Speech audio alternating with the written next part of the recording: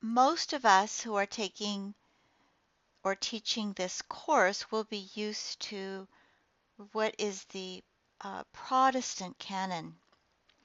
This contains two elements, the books that are included and the order in which they occur. So in most of our Bibles, we have what's called the Pentateuch, Genesis through Deuteronomy. Then what are classified as histories, Joshua, Judges, Ruth, the two books of Samuel, two books of Kings, two books of Chronicles, Ezra, Nehemiah, and Esther. Then poetical or wisdom books, Job, Psalms, Proverbs, Ecclesiastes, Song of Solomon. And then the prophetic books, Isaiah, Jeremiah, Lamentations, Ezekiel, Daniel, and the 12 minor prophets. This is the Bible that we are used to. The Jewish canon contains the exact same books, but they are numbered somewhat differently, and they are in a different order. And we will see later the significance of this. So for Jews, the first 5 books of the Bible are Torah, instruction. Then the prophets, but you'll notice that they include Joshua, Judges, Samuel, and Kings. The books of Samuel are considered one book. The books of Kings are one book. Isaiah, Jeremiah, Ezekiel, and then the book of the 12. So all the minor prophets together make up one book. Then there are the writings. Psalms, Proverbs, Job. Then the festival books, Song of Songs, Ruth, Lamentations, Ecclesiastes, Esther, sometimes called the Megillot, the 5 scrolls. Daniel, which is not considered a prophetic book in Jewish tradition. Ezra, Nehemiah together, and the 2 books of Chronicles together. And this numbering ends up with 24. So the 5 in the Torah, the 1, 2, 3, 4, 5, 6, 7, 8 in the book of the 12, and then the 1, 2, 3, 4, 5, 6, 7, 8, 9, 10, 11 in the writings. Now, sometimes Chronicles is not the last book. Sometimes it is placed as the first book in the writings.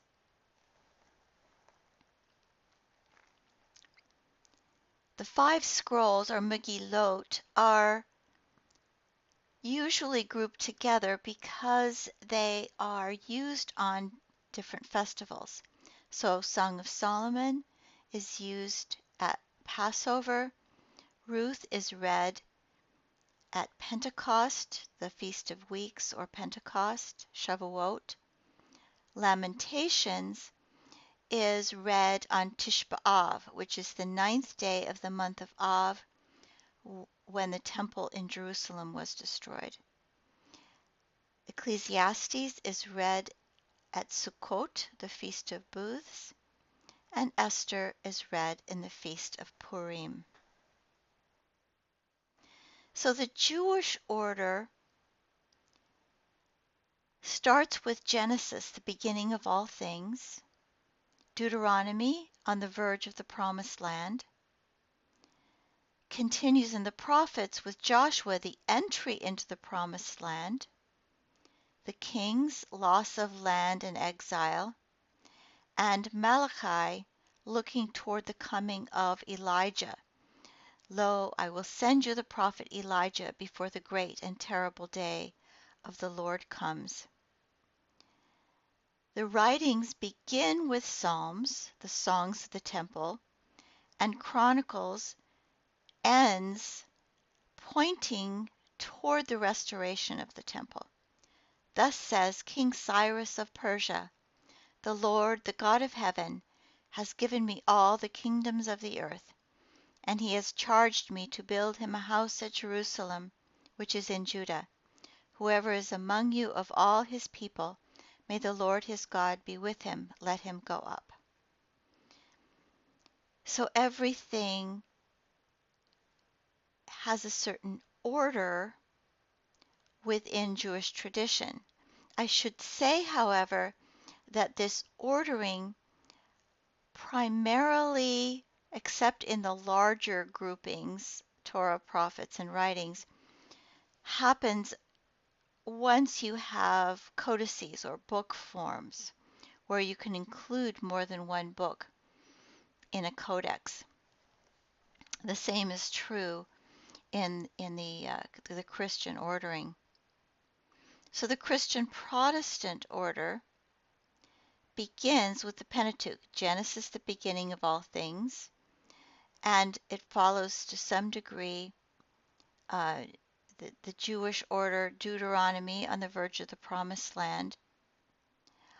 But while it begins, or Joshua follows directly after entry into the Promised Land, this section in the Protestant Bibles kind of follows the chronology up through life under the Persian Empire. The poetic and wisdom books kind of have a historical order as well. Job is connected with the time of the patriarchs, Psalms connected with David, Proverbs, Ecclesiastes, Song of Solomon connected with Solomon. The major prophets are given in chronological order, and the minor prophets end with Malachi looking toward the coming of Elijah, pointing toward the New Testament. So same books, numbered differently, but with a different order and sort of a different meta-narrative, a different overarching narrative. Now, in the Roman Catholic Church, you have the same books as in the Protestant canon and the same order, but you have additions. You have editions of books which were part of the early Septuagint or Greek Bibles. And throughout Christian history, there's been sort of some tendencies. I wouldn't necessarily say they were always disagreements until the Reformation, but some people wanted to include only those books from Jewish tradition, and some people wanted to include others which were Jewish writings, but were not originally written in Hebrew, or at least as far as people knew. It is interesting that Sirach or Ecclesiasticus, they actually have found a Hebrew original. So those books here that are marked in red are books that are included in the Catholic Bibles, not in Protestant Bibles. They're usually in Protestant publications termed as Apocrypha, whereas in Catholic tradition they are called deuterocanonical. So they include things like Tobit, Judith, the additions to Esther. Esther is a longer book. 1st and 2nd Maccabees. Among poetical or wisdom texts, this includes Song of Wisdom of Solomon and Sirach, Ben Sira Ecclesiasticus. In the prophets,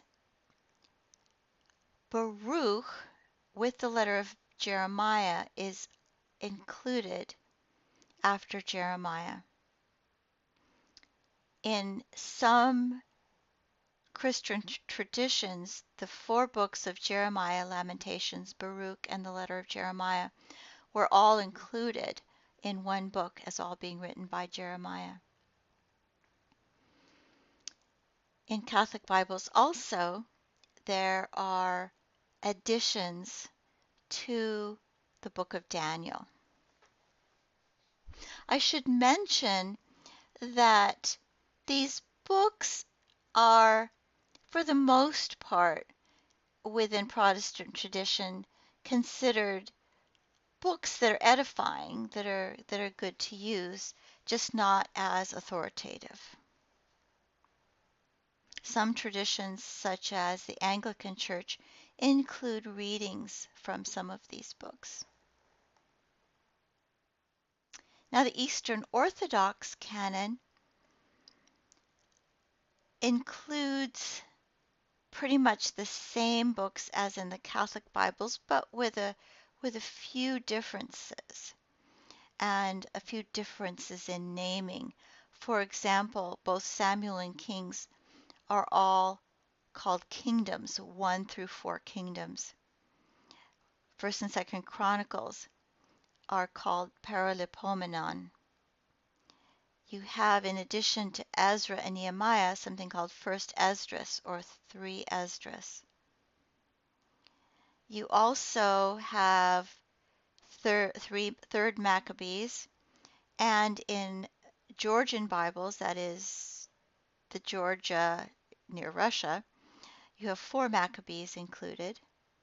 The Psalms includes one additional book, which interestingly was found in the Psalm scroll among the Dead Sea Scrolls.